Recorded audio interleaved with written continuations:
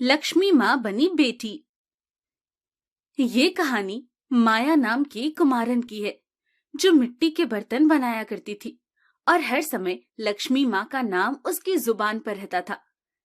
हर सुबह वो जल्दी उठ लक्ष्मी माँ की पूजा करती थी। माया घर में अकेले रहती थी। शादी के कुछ साल बाद ही उसके पति का देहांत हो गया था। कुछ ही दिनों में दिवाली आने वाली थी। माया घर पर मिट्टी के दिए बना रही थी। तभी वहां एक छोटी सी लड़की आती है। माँ, कुछ खाना खिला दो, बहुत भूख लगी है। अरे, तुम यहाँ अकेले क्यों भटक रही हो? तुम्हारे माता पिता कहाँ हैं? मेरे माता पिता नहीं हैं। उस छोटी सी लड़की का मासूम सा चेहरा देख माया बहुत दुखी होती है। तुम यहाँ बैठो, मैं अभी तुम्हारे लिए खाना लेकर आती हूँ। रसोई घर में खाना तो नहीं था। माया कुछ फल उसके लिए ले आती है। ये लो बेटा, तुम ये फल खा लो। बच्ची खुशी खुशी फल खाने लगती है और माया उसे फल खाते देख रही थी। तुम्हारा नाम क्या है बेटा? मेरा नाम लक्ष्मी है। लक्ष्मी, नाम तो बहुत अच्छा है। ऐसा लग रहा है लक्ष्मी माँ खुद मेरे घर आई हैं। आप बहुत सुंदर दिए बनाती हो। बेटा, दिए तो पहले बनाया करते थे। 1 महीने पहले से ही दिए बनाना शुरू हो जाता था और सब लोग मिट्टी के ही दिए लेते थे। लेकिन अब तो लोग बस मिट्टी के 1-2 दिए ही जलाते हैं। सब बाजार से बिजली से चलने वाली लाइट ही ले आते हैं। देखना, इस बार लोग मिट्टी के दिए ही लेंगे। कुछ देर बाद माया उनमें से कुछ दिए अपने ठेले पर रखती है और दोनों बाजार में उसे बेचने चली जाती है। सुबह से दोपहर हो जाती है, कोई दिए लेने नहीं आता। देखा, कितनी देर हो गई, लेकिन कोई भी दिए नहीं खरीद रहा। तभी लक्ष्मी मुस्कुराते हुए बोलती है, दिए ले लो, मिट्टी के दिए ले लो। तभी वहां एक आदमी आता है। कितने का दिया है? जी, 5 रुपए का एक दिया है। मुझे 20 दे दो। जी, अभी देती हूँ। माया उस आदमी को 20 दिए दे देती है। कुछ ही देर में देखते ही देखते वहां कई औरतें और आ जाती हैं और दिए ले लेती है और उनके सारे दिए बिक जाते हैं। देखा माँ, आज भी लोग मिट्टी के दिए खरीदते हैं। ये सब लक्ष्मी माँ की कृपा है। चलो, अब हम घर चलते हैं। माया रास्ते से कुछ राशन खरीदती है और घर जाकर खाना बनाती है। लक्ष्मी, आ जाओ बेटी, खाना खा लो। और वो दोनों खाना खाकर सो जाती है। माया सुबह उठकर देखती है तो लक्ष्मी ने सारे दियों में रंग भर दिए थे और रंग बिरंगे दिए देखने में बहुत सुंदर लग रहे थे। माँ, देखो, मैंने इस दियों पर रंग भर दिया। हे माँ, मैंने न जाने कौन से पुण्य किया होगा जो आपने मेरे घर लक्ष्मी को भेजा है। माँ, क्या सोच रही हो? देखना, आज लोग इस दिए को देखते ही खरीद लेंगे। कुछ देर बाद दोनों बाजार में दिए बेचने जाती है। लोग उन दियों को देखते ही उनसे दिए खरीदने आने लगे। कितने सुंदर हैं! ऐसे दिए तो मैंने कभी नहीं देखे। देखते ही देखते उनके सारे दिए बिक जाते हैं। माया बहुत खुश थी, क्योंकि बहुत समय बाद उसके साथ सब अच्छा हो रहा था। माया और लक्ष्मी घर जाकर और दिए और कुछ मिट्टी के खिलौने भी बनाते हैं और उन पर सुंदर सुंदर रंग भी करते हैं। अब बाजार में सबसे ज्यादा लोग उनसे ही दिए खरीद रहे थे। ये औरत और लड़की जब से यहाँ दिए लेकर आ रही हैं, लोग इन्हीं से सामान खरीद रहे हैं। हाँ भाई, मैंने तो इस बार सारी लाइट का सामान नया भरा है। अगर लोग इन्हीं से दिए खरीद लेंगे तो हमारी लाइट कौन लेगा?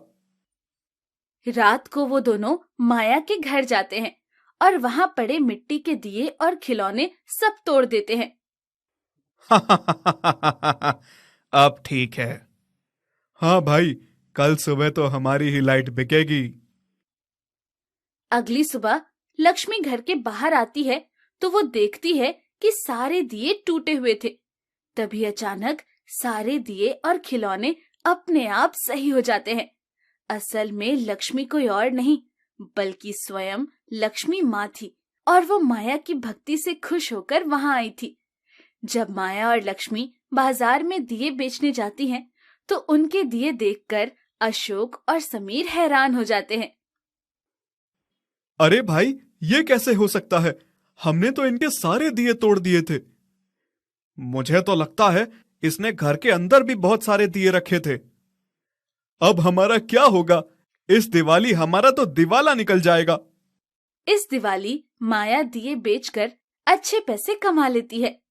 लक्ष्मी, ये सब तुम्हारे आने से हुआ है। तुम तो माता लक्ष्मी का ही रूप में मेरे घर आई हो। ऐसा कुछ नहीं है, ये सब आपकी मेहनत है। माया लक्ष्मी को अपने गले से लगा लेती है। आज दिवाली की शाम थी। माया अपने घर में लक्ष्मी माँ की पूजा करती है और उसके बाद लक्ष्मी का भी तिलक करती है और लक्ष्मी माता कन्या रूप में वहां बैठी मुस्कुरा रही थी। सब अपने घरों में बहुत सारे दिए जलाते हैं और पूरा गांव माया और लक्ष्मी के बनाए हुए दियों से जगमगा रहा था। चंदन नाम का एक गरीब किसान रामपुर नामक गांव में रहता था।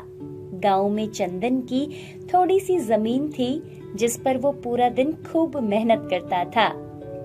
इस बार तो अच्छी सब्जियां उग गई हैं। कुछ ही दिनों में सब्जियां तोड़ने लायक हो जाएंगी, फिर सब ठीक हो जाएगा। उसी गांव में गोविंद नाम का एक और किसान था जिसकी जमीन चंदन के खेत के साथ ही थी। गोविंद अपने खेतों को देख रहा था। अरे, ये चंदन के खेतों में तो सब्जियां आने वाली हो गई है और मेरे खेतों में तो अभी तक फूल भी नहीं आए। पता नहीं क्या करता है ये, जो इतनी जल्दी इसकी फसल तैयार भी हो गई है। अगले दिन मौसम बहुत खराब हो जाता है और बारिश होती है। गोविंद अंधेरे में अपने खेतों में जाता है और अपने खेतों का सारा पानी चंदन के खेतों में छोड़ देता है। अब देखता हूँ पानी से भरे हुए खेतों में ये कैसे सब्जियां उगती है। सुबह तक जब बारिश बंद होती है तो गोविंद के सारे खेतों का पानी भी चंदन के खेतों में भरा था। उसकी सारी सब्जियां पानी में डूबी थी। हे भगवान, ये सब क्या हो गया? मेरे खेतों में इतना सारा पानी। चंदन सर पकड़कर रोने लगता है। तभी वहाँ गोविंद भी आ जाता है।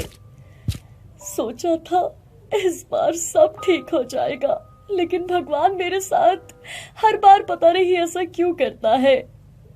अरे दोस्त, रोना बंद करो। भगवान को शायद यही मर्जी मंजूर होगी। मुझे शहर जाकर कोई नौकरी कर लेनी चाहिए। खेती करने से मुझे कुछ नहीं मिलेगा। अच्छा, अगर तेरा मन यही कहता है तो तू यही कर ले। वैसे भी जमीन का क्या है, यही रहेगी। मैं तेरी जमीन देख लूंगा। अगली सुबह चंदन कुछ खाना लेकर पैदल ही शहर की ओर चल पड़ा। रास्ते में उसे एक बहुत बड़ा जंगल पार करना था। कितनी देर से चल रहा हूँ, ये जंगल तो खत्म ही नहीं हो रहा। ऐसा करता हूँ, थोड़ी देर यहीं बैठकर आराम कर लेता हूँ। चंदन एक पेड़ के नीचे बैठ जाता है और साथ लाया हुआ खाना खाता है। तभी उसकी नजर साथ ही में उगी झाड़ियों में पड़ती है, जहाँ एक मिर्च का पौधा उगा हुआ था। देखो तो जरा, हम अपने खेतों में हरी मिर्च के पौधे उगाने के लिए कितनी मेहनत करते हैं, फिर भी वहाँ कभी जानवर उन्हें नष्ट कर देते हैं तो कभी ज्यादा बारिश से वो गल जाते हैं। लेकिन देखो इसे, यहाँ इसकी कोई देखभाल भी नहीं करता, तब भी ये पौधा कितना अच्छा तैयार हो गया है। चंदन अपने साथ लाए हुए पानी में से थोड़ा सा पानी उस पौधे को डाल देता है। आज मेरी प्यास बुझी। चंदन वो आवाज सुनकर डर के पीछे हो जाता है। डरो नहीं मेरे दोस्त, मैं मिर्च का जादुई पौधा हूँ। यहाँ बहुत दिनों से प्यास के मारे मरा जा रहा था। क्या तुम बोल सकते हो? हाँ, मैं बोलने वाला जादुई पौधा हूँ, लेकिन कोई सच्चे मन वाला ही मुझे सुन सकता है। तुम मुझे अपने घर ले चलो। लेकिन मैं तो अपना घर छोड़कर शहर में नौकरी की तलाश में जा रहा हूँ। मैं तुम्हें अपने साथ नहीं ले जा सकता। अरे, एक बार मेरी बात पर विश्वास करो और मुझे अपने साथ अपने घर ले चलो, फिर सब ठीक हो जाएगा। ठीक है, तुम्हारी बात भी मान लेता हूँ। चंदन उस मिर्ची के पौधे को लेकर अपने घर आता है और अपने आंगन में उसे लगा देता है और वो उसे पानी देता है। अगले दिन जब चंदन सोकर उठता है तो उस पेड़ पर बहुत सारी हरी मिर्च आई थी, जिसमें से एक लाल मिर्च थी। अरे, कल तक तो एक भी मिर्च नहीं थी और देखो आज कितनी सारी मिर्ची आई है और एक मिर्च तो पककर लाल भी हो गई है। चंदन जाता है और लाल मिर्च को तोड़ता है। क्यों ना इस पकी हुई मिर्च के बीज जमीन में बो दूं, इससे और भी पौधे उग जाएंगे। चंदन जैसे ही उस मिर्च को बीज से तोड़ता है, अरे, ये क्या चमक रहा है? ये तो सोने के बीज हैं। क्या सभी मिर्ची में सोने के बीज होंगे? देखूं क्या? चंदन दूसरी हरी मिर्च तोड़ने लगता है। अरे रुको, इतनी जल्दबाजी मत करो। जो मिर्च लाल होगी तुम उसी को तोड़ सकते हो। अगर तुमने ज्यादा लालच किया तो मैं एक साधारण मिर्च के पौधे में बदल जाऊंगा, और अगर किसी लालची इंसान ने मुझे उखाड़ने की कोशिश की तो उसकी जान चली जाएगी। चंदन निकाले हुए सोने के बीजों को बेच देता है, जिससे उसे कुछ पैसे मिलते हैं। अगले दिन चंदन सुबह उठकर उस पेड़ के पास जाता है और देखता है कि वहाँ कुछ मिर्च लाल हो गई थी।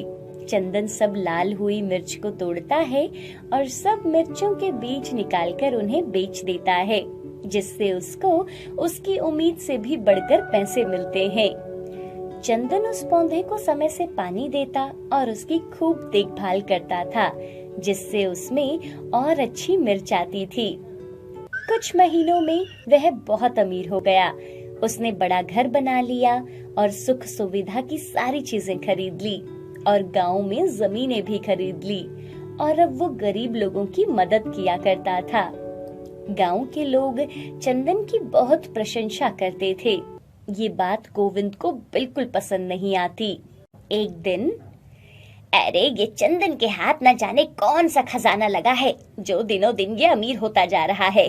खेतों में सब्जियां तो अब ये उगाता नहीं, फिर इसके पास आखिर पैसे आ कहां से रहे हैं। अगले दिन चंदन मिर्च के पौधे से पकी हुई मिर्च तोड़ता है और उसमें से सोने के बीज निकालता है।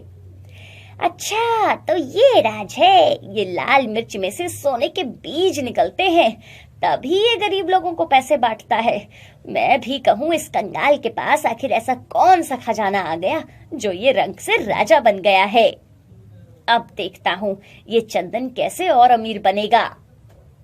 गोविंद रात के अंधेरे में सारी लाल मिर्च तोड़ लेता है। अब हर रोज ये लाल मिर्च मैं ही तोड़ूंगा। और वो वहाँ से जाने लगता है। अरे क्यों ना इस पौधे को ही यहाँ से उखाड़ कर ले जाऊं और इसे अपने घर में कहीं छिपा कर लगा लूंगा। गोविंद जैसे ही उस पौधे को उखाड़ने लगता है, तभी वहाँ एक सांप आ जाता है और वो उसे डस लेता है। जब सुबह चंदन उठता है तो वो देखता है कि वहाँ गोविंद मरा पड़ा था और उसका पूरा शरीर नीला पड़ा था और वहाँ आसपास कुछ लाल मिर्चें गिरी थी।